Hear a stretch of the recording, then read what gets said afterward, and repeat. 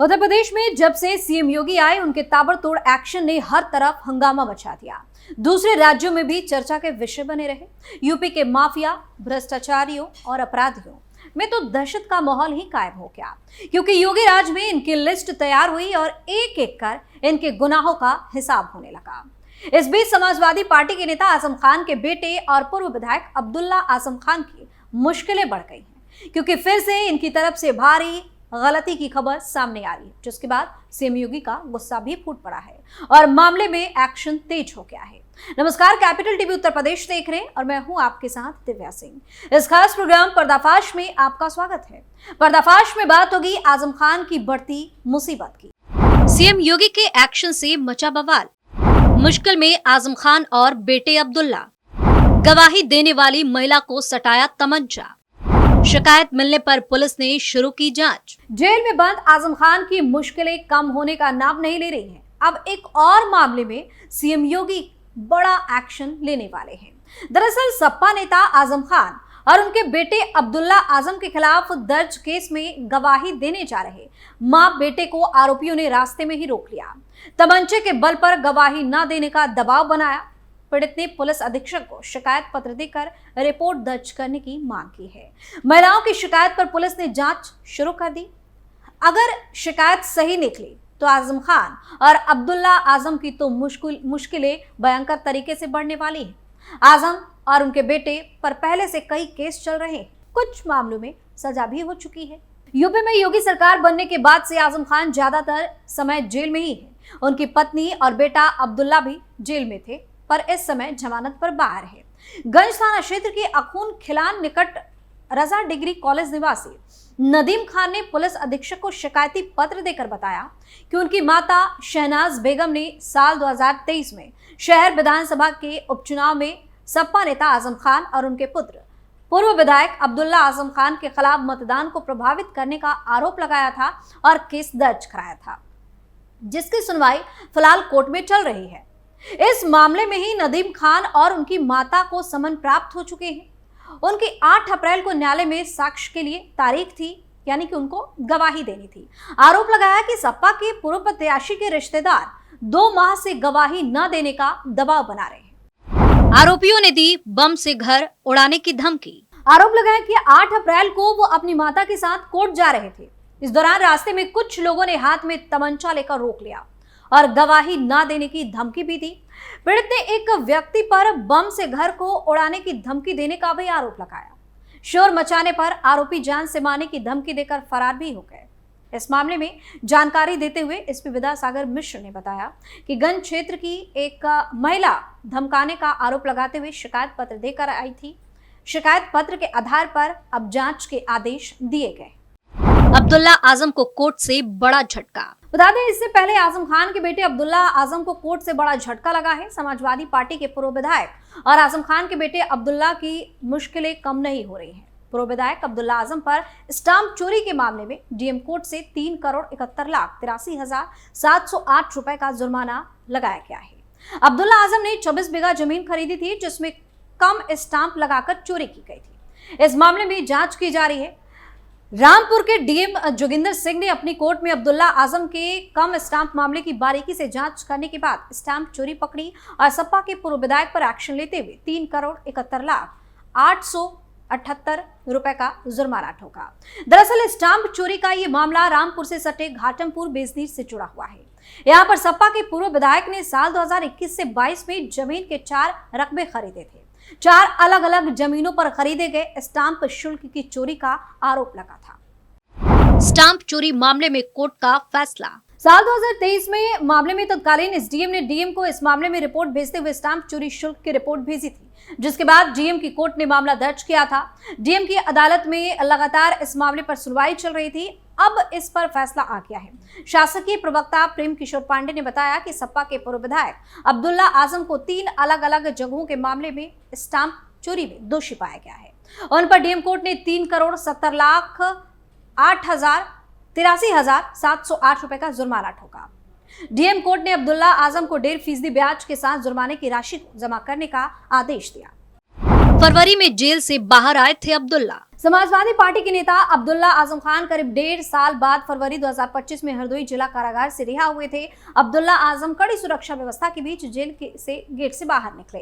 वो किसी से मिले बगैर और मीडिया से बिना बातचीत किए बगैर रामपुर के लिए रवाना भी हो गए थे। अब्दुल्ला आजम की रिहाई की खबर सुनकर मुरादाबाद की महिला सपा सांसद रुचि वीरा समेत कई नेता और कार्यकर्ता हरदोई जेल के बाहर पहुंचे थे।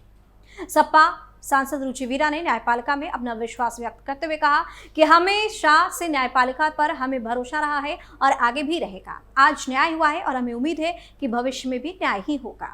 अब्दुल्ला आजम खान को सुप्रीम कोर्ट ने जमानत दी थी, लेकिन रामपुर में एमपी एमएलए कोर्ट के समक्ष एक अलग मामले में लंबित कानूनी औपचारिकताओं के कारण वो जेल में थे। पिछले कुछ सालों में उनके खिलाफ 45 मामले दर्ज हुए थे और सभी में उन्हें जमानत मिल गई।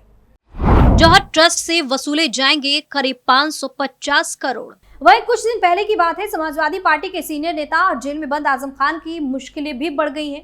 इनकम टैक्स डिपार्टमेंट जौहर ट्रस्ट से करीब 550 करोड़ रुपए की वसूली करेगा। ये वसूली जौहर ट्रस्ट की तरफ से बनाए गए जौहर विश्वविद्यालय में इन्वेस्ट की गई बेनामी रकम की वजह से होगी। इनकम टैक्स डिपार्टमेंट यूनिवर्सिटी को बनाने में खर्च किए गए 350 रुपए की रकम का सोर्स अभी तक पता नहीं लगा पाया है। इसकी वजह से अब इस पर जुर्माना और ब्याज के साथ में आयकर वसूल किया जाएगा। पूर्व मंत्री आजम खान और उनके करीबियों के यहाँ पर 1.5 साल पहले इनकम टैक्स डिपार्टमेंट की टीम ने छापा मारा था। इसी दौरान यूनिवर्सिटी के निर्माण में बड़े पैमाने पर गड़बड़ियों के सुराग मिले थे। एक से बढ़कर एक खुलासे हुए थे। इनकम टैक्स डिपार्टमेंट ने CPWD से यूनिवर्सिटी के निर्माण में खर्च रकम का मूल्यांकन करने को कहा। वो करीब 450 करोड़ के आसपास था, लेकिन जौहर ट्रस्ट के खाते में सिर्फ 100 करोड़ थे। ऐसे में ये निवेश बेनामी माना जा रहा है। अब इनकम टैक्स की तरफ से ब्याज समेत वसूली की जाएगी। क्या है जौहर ट्रस्ट का मामला? अब जौहर ट्रस्ट की बात करें तो सपा नेता आजम खान ने मौलाना अली जौहर यूनिवर्सिटी की स्थापना की थी। इस यूनिवर्सिटी की स्थापना में खान ने अपने रसूख का खूब इस्तेमाल किया। इस यूनिवर्सिटी को चलाने के लिए एक ट्रस्ट बनाया। इसका नाम मौलाना मोहम्मद अली जौहर ट्रस्ट रखा। आजम खान ने जौहर यूनिवर्सिटी को बनाने के लिए जमीन का अधिग्रहण करवाया था। इसी को लेकर वो फंसते चले गए। समाजवादी पार्टी के सीनियर नेता आजम खान लगभग पिछले 2 सालों से जेल में बंद है। इस समय वो हरदोई की जेल में बंद है। उन पर लोगों की प्रॉपर्टी को जबरन हड़पने का आरोप है। जब जौहर यूनिवर्सिटी की नींव रखी गई थी तब मुलायम सिंह यादव उत्तर प्रदेश के मुख्यमंत्री थे। आजम खान और उनके बेटे अब्दुल्ला समेत जौहर ट्रस्ट के बाकी सदस्य भी आरोपी बनाए गए। ट्रस्ट में अधिकतर लोग आजम खान के परिवार के ही हैं। कोर्ट ने ठोका था 10,000 का जुर्माना। जनवरी 2025 की बात है। समाजवादी पार्टी के वरिष्ठ नेता आजम खान पर दर्ज रामपुर के यतीम खाना प्रकरण से संबंधित मामले में अदालत की सुनवाई चल रही थी। ये मामला रामपुर की MP MLA कोर्ट में विचाराधीन है। हाल ही में अदालत ने एक महत्वपूर्ण फैसला सुनाया जिसमें आजम खान को जिरा का दूसरा अवसर दिया गया, लेकिन इसके लिए 10,000 का जुर्माना भी लगाया गया। इस प्रकरण में गवाहों से जिरा के लिए एक नियत तारीख निर्धारित की गई थी। उस दिन आजम खान के वकील अदालत में उपस्थित नहीं हुए, जिसके कारण उनका जिरा का अवसर खत्म कर दिया गया। इसके बाद आजम खान के वकीलों की तरफ से अदालत में रिकॉल एप्लीकेशन दायर की गई। दोबारा अवसर की मांग की गई। अदालत ने इस मांग को स्वीकार करते हुए 10,000 का जुर्माना लगाया और उन्हें जिरा के लिए एक और मौका दिया। आजम खान को सता रहा मौत का डर। अप्रैल 2023 की बात है। समाजवादी पार्टी के नेता आजम खान ने नगर निकाय चुनाव के लिए रामपुर में प्रचार करते हुए कहा कि उन्हें गैंगस्टर से नेता बने अतीक अहमद की तरह गोली मारे जाने का डर सता रहा है। उन्होंने चुनाव प्रचार के दौरान लोगों से पूछा कि क्या वे चाहते हैं कि उनकी और उनके परिवार की भी इसी तरह हत्या कर दी जाए। आजम खान ने पूछा कि क्या चाहते हो मुझसे और मेरे बच्चों से? कुछ भी हो, आपको बस खुद को प्रोत्साहित करना है। जहां भी आपको रोका जाए वहां बैठे और पीछे हटने के बजाय आगे बढ़ने की कोशिश करें। अर्श से फर्श पर पहुंचे आजम खान। कभी दबंगई तो कभी बिगड़े बोल पर जलसों में तालियां बटोरने वाले आजम खान को उनकी जहरीली जुबान ही ले डूबी। ऐसा कहते हैं एक समय में यूपी की सियासत में सबसे बड़े मुस्लिम चेहरे में से एक रहे आजम खान के एक के बाद एक मुश्किलें बढ़ती चली गई। वक्त ने आजम को न केवल सियासत के हाशिए पर लाकर खड़ा कर दिया, बल्कि करीबी माने जाने वाले कई साथी भी उनसे दूर होते चले गए और फिर एक एक कर कई मामले में आजम खान को सजा होती चली गई। सजा सुनाए जाने के बाद आजम खान के चेहरे पर मायूसी भी साफ दिखती थी। प्रेस वालों से हमेशा बेबाक बोलने वाले, जमकर बयानबाजी करने वाले आजम सिर्फ इतना बोलते नजर आते कि क्या कहें, सजा हो गई है।